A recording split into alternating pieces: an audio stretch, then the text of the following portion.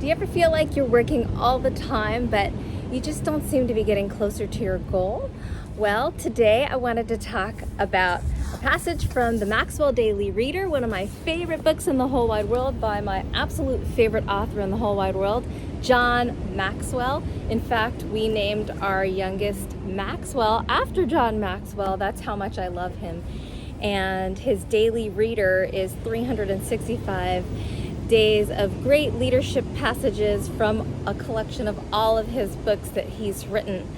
But today, let's talk about the law of priorities. John Maxwell says, when we are busy, we naturally believe that we're achieving, but busyness does not equal productivity. Activity is not necessarily accomplishment. Prioritizing requires leaders to continually think ahead, to know what's important, to know what's next, and to see how everything relates to the overall vision. The first question he asks is, what's required? What must I do that nobody can or should do for me? If you think about it, maybe you're the best at being face-to-face with people. And so that is the one thing that you should be spending the majority of your time, which also means what are other things that you could delegate off of your plate that you're not the best at that others can do at least 80% as well as what you can do, so that it can free you up for you to focus on the one thing, as Gary Keller says in his book, The One Thing, that highest income producing activity in your business or in your life that's going to not just produce the most income, but the best results towards the goal that you're going towards. The second question John Maxwell asks is, what gives the greatest return? Work in your areas of greatest strength. Is there something you're doing that can be done 80% as well by someone else? If so, delegate it. And the third question says, what brings you the greatest reward? You know, life is too short not to do some of the things that you love. So what energizes you and keeps you passionate in your line of work? What are the areas that you enjoy doing the most?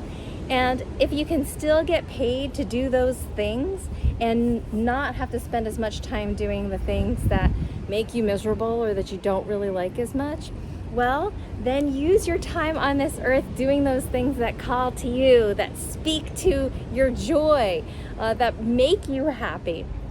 I love going to the beach. I don't do it enough.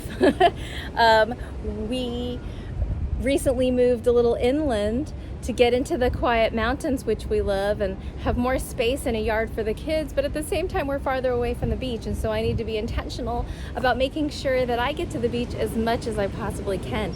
So what brings you joy and what brings you the greatest reward in your line of work and what you do every single day?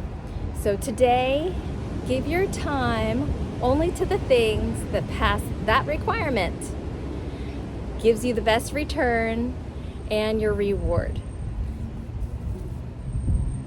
I also want to spend the moment encouraging you that you are doing a great job just by being here to try to self-improve. You know, what do they say in leadership?